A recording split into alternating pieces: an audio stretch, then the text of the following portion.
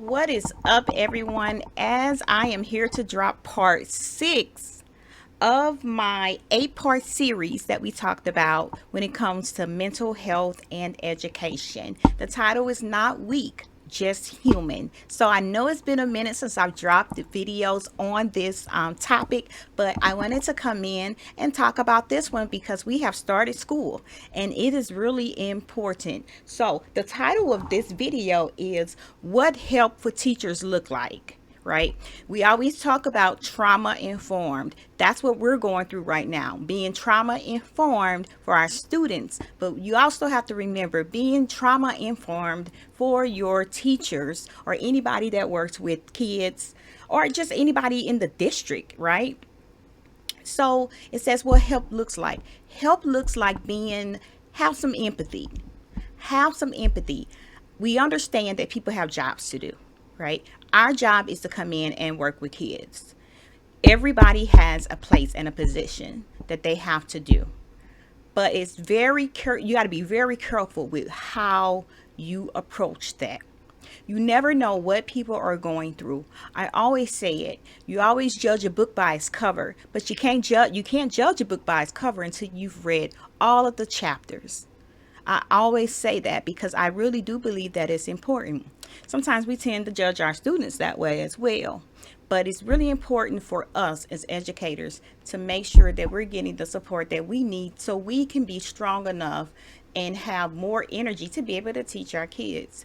If you are halfway there and not even focused, how are you supposed to teach our students?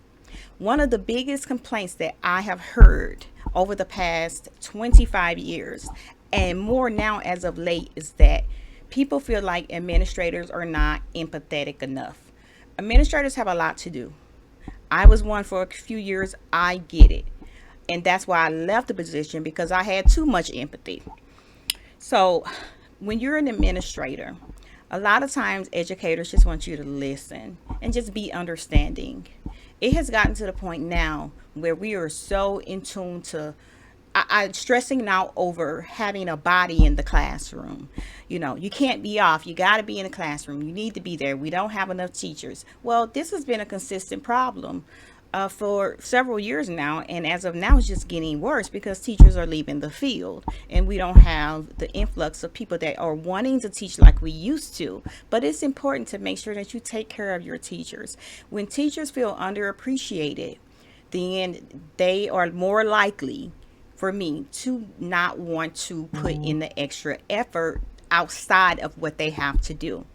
If teachers are motivated, if teachers are encouraged, I tell you, it makes a difference and it makes teachers want to do for you. You will have teachers that would go beyond what you asked them to do if they feel like they are an important piece of what they're working with, the building, working with the kids. But a lot of times what we do is we make it into a whole group thing. Sometimes you need to pull that teacher to the side and say, hey, I just want you to know that you're doing a good job.